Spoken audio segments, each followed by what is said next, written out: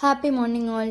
மொச்சப்பயிறு தட்டைப்பயிறு இந்த மாதிரி குழம்பெல்லாம் இந்த 10 வருஷத்தில் நான் செஞ்சதே கிடையாது. இன்றைக்கி தான் ஃபஸ்ட் டைம்.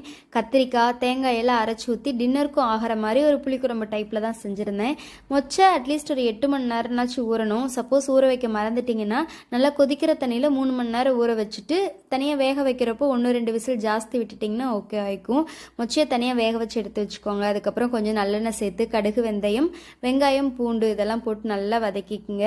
பூண்டு கொஞ்சம் அதிகமாக எடுத்துக்கிறது பெட்டராக இருக்கும். தக்காளி 2 அரைச்சி சேர்த்துக்கிட்டிங்கன்னா சூப்பராக இருக்கும். நல்லா அரைச்சி வதக்கி விட்டுட்டு மொச்சை கத்திரிக்காய் 2ஐயும் போட்டு நல்லா வதக்கிட்டு காரத்துக்கு 2-3 ஸ்பூன் மிளகாத்தூள் போட்டுக்கோங்க. 2 ஸ்பூன் மல்லித்தூள் கொஞ்சமாக கரம் மசாலா போட்டு நல்லா வதக்கிட்டு ஒரு எலுமிச்சம்பழம் சைஸ்க்கு புளி அதையும் நல்லா கரைச்சி உள்ளே ஊற்றிக்கலாம். தேவையான உப்பு சேர்த்து நல்லா ஒரு கொதி வந்ததுக்கப்புறமா ஒரு அரை மூடி இல்லது 1/4 மூடி தேங்காய் அரைச்சி சேர்த்துக்கிட்டிங்கன்னா நைட்டு டின்னருக்கு இட்லி தோசை சப்பாத்திக்கு இதுக்கெல்லாம் சரியாயிருக்கும். நல்லாயிருக்கும். சாப்பாட்டுக்கு மட்டும் அப்படின்னா